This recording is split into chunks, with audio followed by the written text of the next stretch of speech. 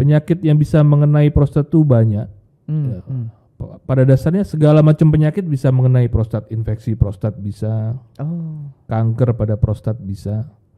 Tapi biasanya kalau dokter bilang ke pasien, Bapak kena penyakit prostat, maka yang dimaksud itu adalah yang disebut dengan pembesaran prostat, jinak.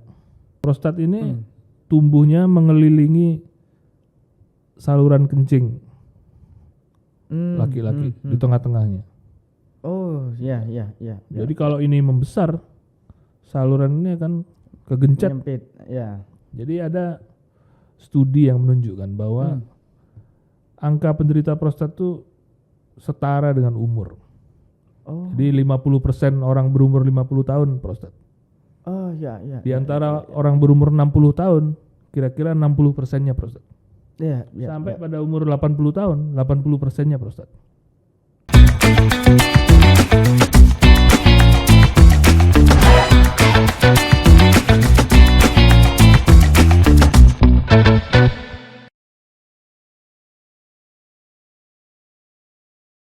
Assalamualaikum Tribuners, selamat bergabung kembali di YouTube Harian Surya dan Tribun Jatim Network bersama saya Samir dan juga teman-teman dari Rumah Sakit Islam Siti Hajar Sidoarjo, di mana kita kedatangan tamu spesial yakni Dr. Ramesdo Yuwanda, spesialis urologi. Selamat datang dokter. Terima kasih Mas Samir. Kabar sehat ya dok? Alhamdulillah sehat selalu, semoga sehat selalu ya kita dok ya. Oke dokter, kali ini kita akan membahas soal kesuburan pria, di mana lebih spesifiknya tentang gangguan prostat. Ini dok. Nah dokter, saat ini dok, gangguan prostat ini juga bagi kaum lelaki nih dok ya, juga jadi hal yang menakutkan nih dok.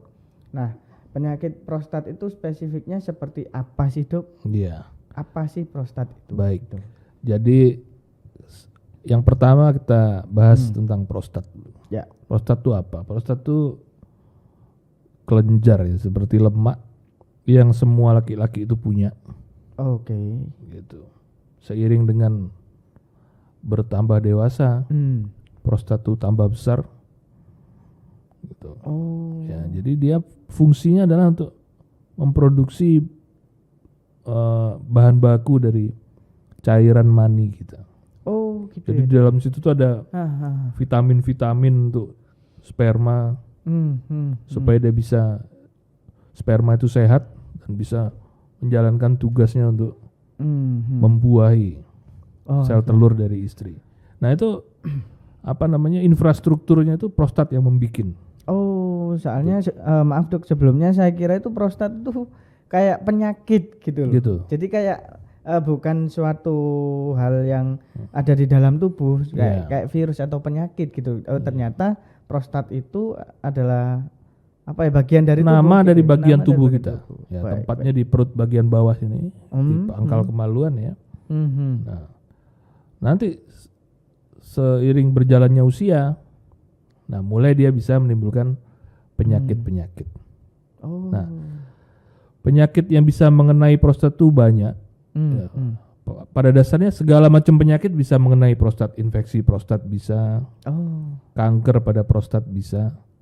Tapi biasanya kalau dokter bilang ke pasien, Bapak kena penyakit prostat, maka yang dimaksud itu adalah yang disebut dengan pembesaran prostat, jinak. Ya, atau singkatannya itu namanya BPH. Nah, penyakit BPH. Tapi kalau dikasih tahu penyakit BPH nanti nggak ada yang ngerti, akhirnya kita bilang Bapak kena penyakit prostat. Nah, baru paham semua. Jadi pada umumnya yang disebut penyakit prostat itu adalah prostat itu membesar tapi sifatnya jinak. Artinya jinak itu bukan kanker. Gitu. Tidak ada potensi untuk menyebar dan menyebabkan kematian. Nah, akibatnya dari prostat yang membesar adalah prostat ini tumbuhnya mengelilingi saluran kencing laki-laki di tengah-tengahnya. Oh, ya. Jadi kalau ini membesar, saluran ini akan kegencet. Menyempit, ya. Nah, akhirnya proses kencing ini akan jadi sulit, proses buang air kecil. Dan itu sakit ya dok? Bisa jadi sakit, ya. Mungkin kalau sakit tuh udah parah. Kalau keluhan awalnya itu sulit untuk dirasakan karena tumbuhnya prostat itu pelan-pelan, berkurangnya kencing itu pelan-pelan. Tapi sebenarnya kita kalau mau memperhatikan, mungkin jarak pancurannya itu udah nggak sejauh waktu masih muda lagi. Ya. Makin lama makin dekat. Benar. Ya. Terus mulainya itu nggak langsung. Orang yang sudah tersumbat oleh prostat saluran kencingnya itu mau memulai buang air kecil tuh ada jedanya dulu. Oh iya, ya. Nah, ada upacara. Iya. Baru keluar dikit-dikit. Iya. Nanti Karena selesainya kalau dikeluarkan semuanya sakit ya dok. Ya sakit dan memang susah karena ada yang nyumbat. Tuh ada benjolan yang menyumbat jalan keluarnya. Nanti pas selesainya juga lama, nggak tuntas. Baik. Karena nggak habis, nggak lama kemudian udah kebelet lagi, terutama di malam hari. Nah, jadi benar. kalau masih SMA itu orang tidur bangunnya pagi. Ya. Kalau yang sudah kena prostat tuh tiap jam bangun kayak. Kalau orang awam sih kebanyakan bilangnya apa ya dok? Anyang-anyangan. Nah, Gitu sih dok. Itu beda nggak dok sama gangguan prostat itu? ya. Anyang-anyangan ini kan bentuk keluhan. Ya. Bisa terjadi pada penyakit prostat, tapi keluhan anyang-anyangan itu juga bisa terjadi pada penyakit lain seperti infeksi saluran kencing, Ya. batu pada saluran kencing. Jadi pasien itu perlu memeriksakan rasa anyang-anyangan ini terjadinya karena apa. Itu karena kalau karena prostat, anyang-anyangan ini baru permulaannya aja. Gitu. Yang paling ditakutkan pada penderita prostat itu adalah suatu ketika tidak bisa keluar lagi. Nah, itu dok. Terus Gimana harus nih? memakai yang namanya kateter itu. Wah, benar. Gak enak. Kelihatannya gak enak Benar. ya. Benar. Artinya ini pemicu atau penyebab dari gangguan prostat ini sehingga dia semakin lama bisa membesar itu. Ya. Itu karena apa dok? Karena makanan atau karena usia atau karena apa? Jadi sama dengan apa namanya kebanyakan penyakit yang lain, prostat ini juga banyak faktor, genetik juga ada. Oh, genetik juga ada. Dan dalam hal ini genetik yang dimaksud adalah genetik keturunan. Oh, Tuh, anaknya penderita prostat akan lebih gampang persentasenya berapa persen? kena prostat. Nah kalau pastinya angkanya itu nggak ada, mestinya begini. Jadi ada studi yang menunjukkan bahwa angka penderita prostat itu setara dengan umur. Jadi 50% orang berumur 50 tahun prostat. Oh ya. Di antara orang berumur 60 tahun, kira-kira 60%-nya prostat. Ya. Sampai pada umur 80 tahun, 80%-nya prostat. Ya. Pada umumnya ya ilmunya saat ini, prostat itu dianggap baru tumbuh pada usia 50-an. Nah kalau yang punya faktor turunan tuh bisa kena sebelum di angka 50. Pada usia lebih muda. Jadi nanti waktu ketahuan umur 50 tuh ukurannya udah sangat besar. Jadi kita bisa mengukur prostat tuh dari pemeriksaan USG. Nah, itu normal tuh kira-kira 20 sampai 25 cc. Itu terlihat dari luar atau? Iya, dari luar. Dari luarnya ya. Tepatnya di pangkal kelamin itu ya. Di perut bagian bawah itu kita taruh alat USG-nya dan bayangannya prostat itu akan kelihatan dan itu bisa diukur. Keluar angka volumenya. Nah ternyata yang punya turunan itu, misalnya yang nggak punya turunan tuh umur 55, ukurannya baru 30 cc. Mungkin yang punya turunan umur 55 tuh udah 50 cc atau 70 cc. Oh iya. Nanti kalau sudah terlalu besar begitu sulit untuk disembuhkan dengan minum obat aja. Operasi dok. Iya. Oh, ya. Gitu. Nah, terkait penyakit prostat ini tadi, Dok. Gejalanya seperti apa sih, Dok? Dan juga apakah ini ya tadi mungkin sudah terjawab ya soal menyerang usia muda.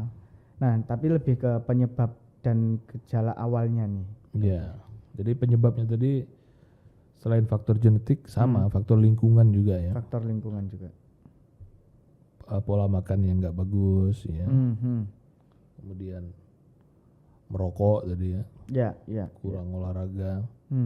Ya, tapi kalau untuk prostat kira-kira persentasenya lebih kecil. Faktor lingkungan tadi. Sulit untuk menghindari kena pembesaran prostat seiring berjalannya usia. Gitu. Iya. Gitu. Nah, kemudian gejalanya ya, gejala awal tadi awal mulanya adalah terjadi gangguan pada buang air kecil. Antara jadi makin sulit atau makin sering. Tapi kadang-kadang juga bisa jadi anyang-anyangan. Keseringan. Ya, dikit-dikit. Ya. Kepingin pipis tapi cuman sedikit. Anyang-anyangan kan gitu. Kalau nggak dipipisin sakit. Iya.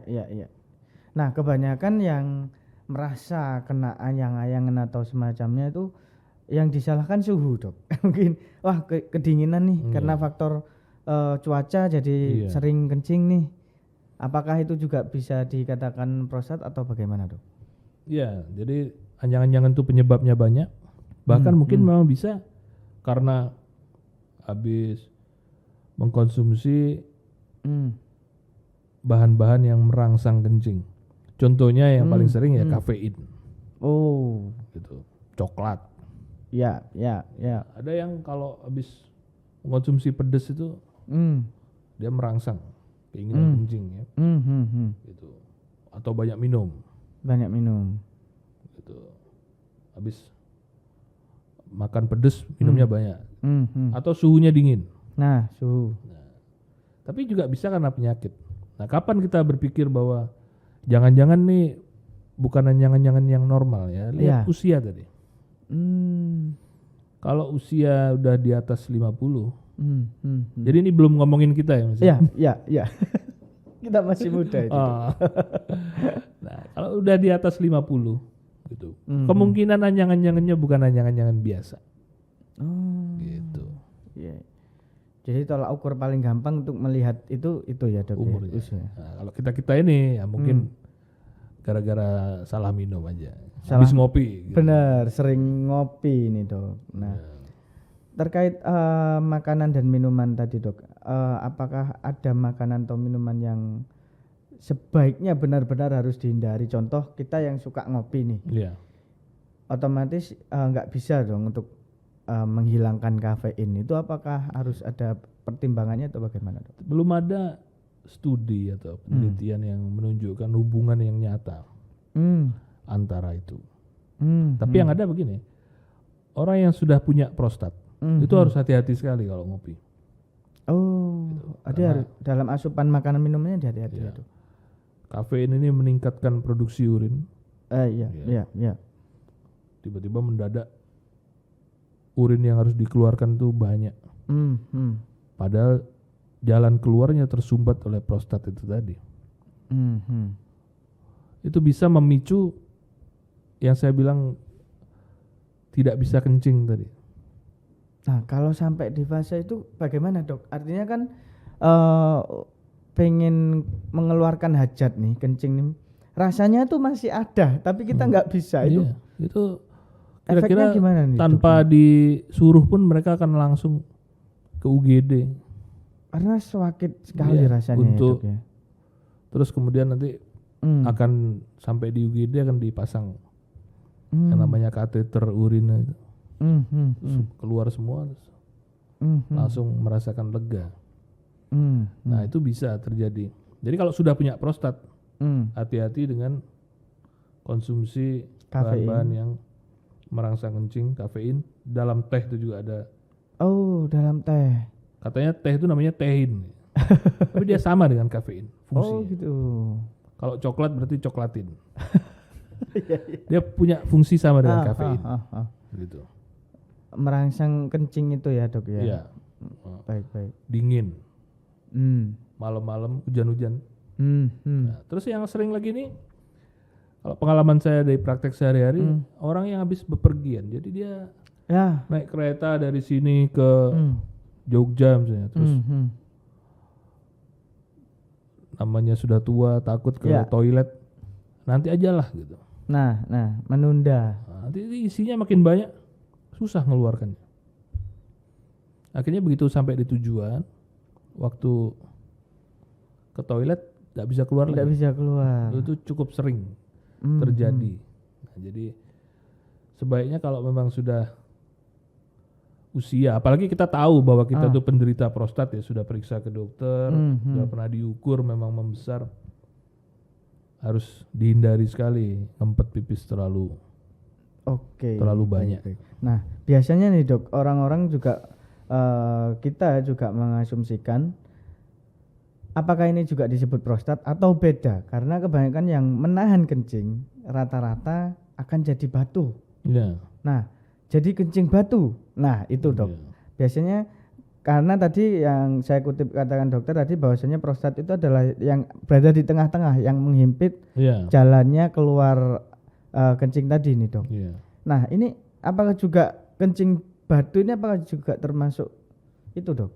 Disamakan dengan prostat tadi atau bagaimana? Atau beda gejalanya begitu? Beda, penyakit kencing batu atau batu di saluran kencing itu beda dengan prostat ya. Tentu saja kalau prostat itu semua laki-laki punya, kalau batu itu normal tidak ada.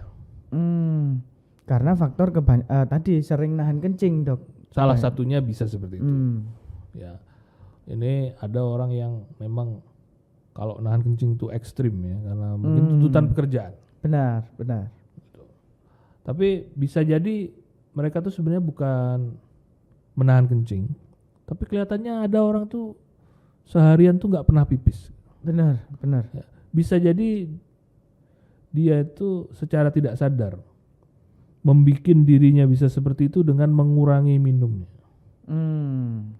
Gitu. Akhirnya dia mensugesti dirinya biar sendiri. Biar gak sering pipis, minumnya dikurangi. Nah, kurang konsumsi air putih itu adalah salah satu faktor risiko atau faktor penyebab kena batu ginjal. Yang paling utama lah. Kalau menurut saya malah yang paling utama. Itu karena di dalam air kencing itu ada mineral-mineral yang harus dilarutkan. Nah, kalau air yang untuk melarutkan ini sedikit, maka dia tidak bisa larut. Ya. Sama dengan kita mau ngaduk gula di dalam itu ya, teh ya, minuman. Nah, coba gulanya dibiarin 2 sendok tapi airnya cuma 3 tetes, nggak akan larut kan? Iya benar. Atau 1 sendok. Gitu ya. Supaya cepat larut kan? Harus banyak airnya. Airnya harus banyak. Baik. Yang kedua, ngaduknya harus cukup kuat ya. Benar. Ya. Kalau diaduk pelan-pelan juga nggak akan larut. Dia nggak akan larut. Apa itu mengaduk kuat itu untuk batu ginjal? Yang dimaksud adalah olahraga. Apalagi jadi orang yang mageran itu. Nah, itu kebanyakan olahraga tangan dok, main game. Sama mata. Iya sama mata. Sama ngomong. Iya benar. Ya, jadi gaya hidup yang banyak diem itu meningkatkan kemungkinan kita kena batu ginjal. Jadi kita harus rajin sekali olahraga. Oke, dok. Terkait tadi dok, menarik juga soal tuntutan pekerjaan ya dok ya. Apalagi banyak sekarang yang untuk mau ke toilet saja kita harus ribet banget gitu dok, birokrasinya intinya. Jadi apa sih dok, mungkin ada tips kayak olahraga kecil-kecilan di wilayah kantor ataupun di sebuah tempat kerja itu dok, apa sih dok? Ya kita harus mau ya dalam setiap interval waktu tertentu, biasanya 2 jam. 2 jam? Ya, kita tuh boleh duduk 2 jam, setelah itu 10-15 menit itu kita harus peregangan lagi. Dan itu baik untuk semua. Ya, duduk lama tuh gak bagus juga untuk tulang belakang kita. Benar. Gitu. Nah, terus setelah itu minum. Ya. Terus kalau kebelet pipis ya pipis. Dan saya rasa kalau memang kadang-kadang tuntutan pekerjaan itu adalah tuntutan dari orangnya sendiri. Nggak ada yang menuntut sebenarnya. Ya. Kalau memang benar lingkungan pekerjaannya melarang karyawan untuk istirahat, ya maka mestinya itu harus dirubah dari situ. Bahwasanya duduk diem selama lebih dari 2 jam itu tidak baik. Karena itu ada demi kesehatan juga. Betul. Ya, Dok, ya. Nah, pada akhirnya nanti kalau sakit, ya, apalagi kalau operasi, malah produktivitasnya turun, malah izin terus. Benar. Harus dibudayakan saya kira. Hukumnya adalah 2 jam kerja 10 menit break. 10 menit break jalan kaki mungkin ya Dok ya. Jalan kaki. Untuk yang duduk terus itu. Oh baik. Kalau yang kerjanya di lapangan, nah itu beda lagi nanti. Minumnya yang harus diperhatikan. Baik, tadi terkait prostat Dok. Bedanya apa sih Dok secara spesifik soal prostat dengan batu ginjal tadi?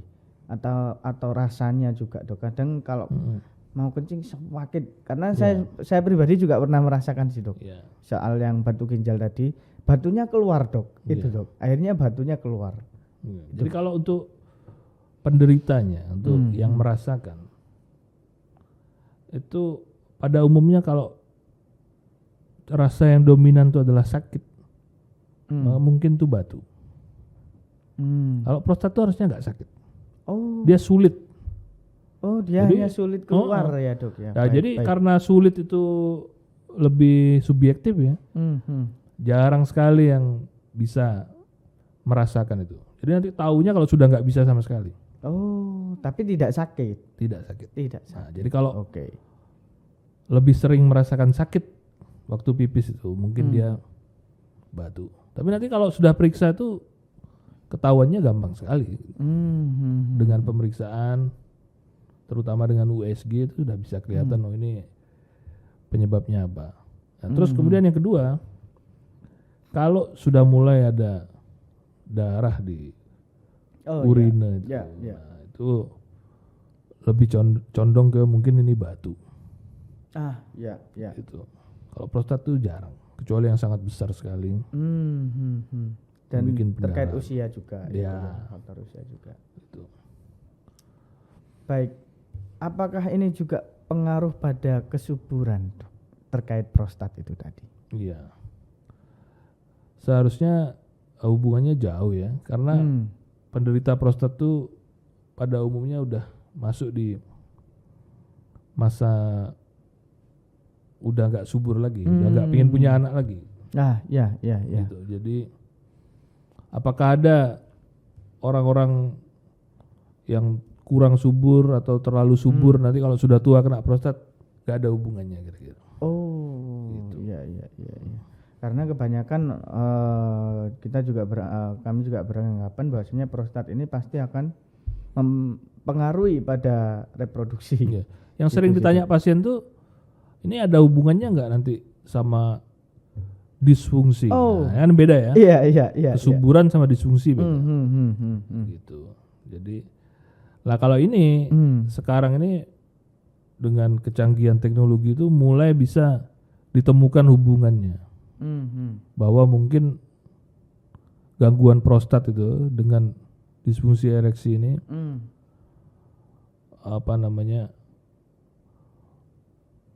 jalur penyebabnya itu sama ya, akhirnya nanti bisa diobati dengan obat yang sama. Gitu ya Dok ya. Kalau menurut saya dengan istilah yang lebih gampang adalah prostat dan disfungsi ereksi itu satu paket. Satu paket. Iya. Jadi buy one get one free. Tapi faktornya juga asupan makanan itu ya Dok ya. Maksudnya satu paket ini. Apa karena usia juga? Iya, usia tadi dan dipengaruhi oleh pola hidup yang kurang sehat ya. Nanti biasanya yang kena prostat itu fungsi seksualnya juga berkurang. Atau sebaliknya, yang fungsi seksualnya kurang datang ke dokter karena sukar bangun. Nanti kalau ditanya sama dokternya pipisnya gimana, ternyata ketahuan terganggu juga. Artinya dia yang pipisnya agak rewel ya Dok, pasti pengaruh pada. Mungkin adiknya juga rewel. Atau kebalikannya, kalau dia periksa karena susah bangun, ternyata pipisnya juga rewel. Menarik. Baik. Gitu. Itu karena faktor usia juga ya pengaruhnya. Ya. Baik, ngomongin soal usia juga nih Dok. Kadang kan kami juga beranggapan setiap person tuh beda-beda. Ada yang, nah ini juga apakah pengaruh Dok dalam tingkat dia itu orang yang punya libido tinggi atau apa? Kan ada nih Dok, tiap orang kan beda-beda nih ya. Yeah. Nah itu apakah nanti juga, apakah ada juga fenomena di usia senja dia tidak kena sama sekali prostat? Yeah. Adakah? Banyak yang nanya gitu ya. Terus kadang-kadang kalau yang kena prostat tuh diketawain sama teman-temannya gitu. Kamu sih jarang make gitu ya. Iya benar. Katanya gitu. Tapi sebenarnya yang bilang gitu, dengan kata lain yang sering make tadi, kalau kita periksa kena prostat juga kok. Oh. Gitu. Jadi baik. Nanti seiring bertambahnya usia itu, semua laki-laki itu akan kena prostat juga. Cuma bedanya mungkin ada yang tidak ada keluhan. Oh. Ya, masalah keluhan itu kan subjektif. Ada yang pipisnya kurang, dia nggak dirasakan, nggak diomongkan. Gitu. Ada yang baru sulit sedikit aja udah langsung ke dokter. Gitu. Artinya tidak kasat mata ya Dok. Artinya kalau melihat orang ini sehat pasti nggak kena prostat gitu. Tapi belum tentu juga ya Dok ya. Belum tentu. Taunya ya dengan pemeriksaan dokter ya. Nah itu Dok, kebanyakan untuk periksa ke dokter saja ini takut. Iya takut. Mungkin begini, takut kalau bayangannya semua prostat itu harus dioperasi. Padahal enggak kok. Gitu. Ya. Yang dioperasi itu kalau yang udah kepepet aja. Berarti pengobatannya kalau yang sifatnya yang ada yang isi medium hard gitu ya, kalau game gitu ya. Bahkan sebenarnya kalau di luar negeri ya, di luar negeri itu kan orang itu dikasih obat tuh malah nanya gitu, kenapa? Oh, gitu. Ya mungkin di sini juga ada sebagian kelompok masyarakat yang udah kayak gitu, kritis. Iya. Kenapa Dok? Gak bisa nggak usah aja gitu. Oh, iya. Itu ada orang penderita prostat tuh yang belum perlu diapa-apakan, bahkan dikasih obat pun belum perlu. Hanya cukup dikontrol teratur aja. Gitu. Terus easy ya. Nah, kalau medium obat satu macam. Nanti kalau sudah medium hard 2 macam. Nanti tinggal yang hard ini aja yang harus dioperasi. Iya. Nah kalau datangnya udah langsung hard, ya itu yang membuat taunya semua prostat itu dioperasi. Tapi coba kalau datangnya waktu masih derajat ringan atau sedang, sebenarnya tidak semuanya harus operasi. Baik. Gitu. Oke Dok, saya juga menarik nih soal reproduksi juga tadi Dok. Karena saya baca-baca dalam sebuah literasi itu bahwasanya saluran dalam lelaki itu kayak persimpangan gitu Dok. Jadi hanya satu, itu benar atau enggak sih Dok? Iya betul. Artinya ini ketika kita kena prostat tadi, otomatis juga saat maaf Dok ya, kayak air mani keluar, ini apakah juga berpengaruh nantinya begitu? Karena kan keluarnya air mani sama air kencing kan beda nih Dok. Mungkin atau keluarnya satu saluran, tapi dari jalan yang berbeda. Nah, kena prostat tadi itu akhirnya itu juga keluarnya air mati berpengaruh juga enggak? Oh enggak. Jadi enggak ya. Persimpangannya itu posisinya adalah setelahnya prostat. Oh. Gitu. Baik. Jadi justru yang terjadi itu adalah begini. Setelah prostat itu diambil atau bahkan diobatin aja, minum obat, maka air mani itu akan lebih cenderung nyemprotnya ke dalam, bukan keluar. Jadi banyak pasien tuh yang habis operasi prostat tuh tanya, Dok saya tuh berhubungan tapi kok gak ada isinya. Nah itu pertanyaan yang cukup sering. Bahkan mungkin bisa jadi pertanyaan dari pasangannya, ini kok nggak ada gini ya, habis dikeluarin di mana gitu ya. Nyatanya keluar tidak. Jadi ini Istilah medisnya adalah ejakulasi retrograde.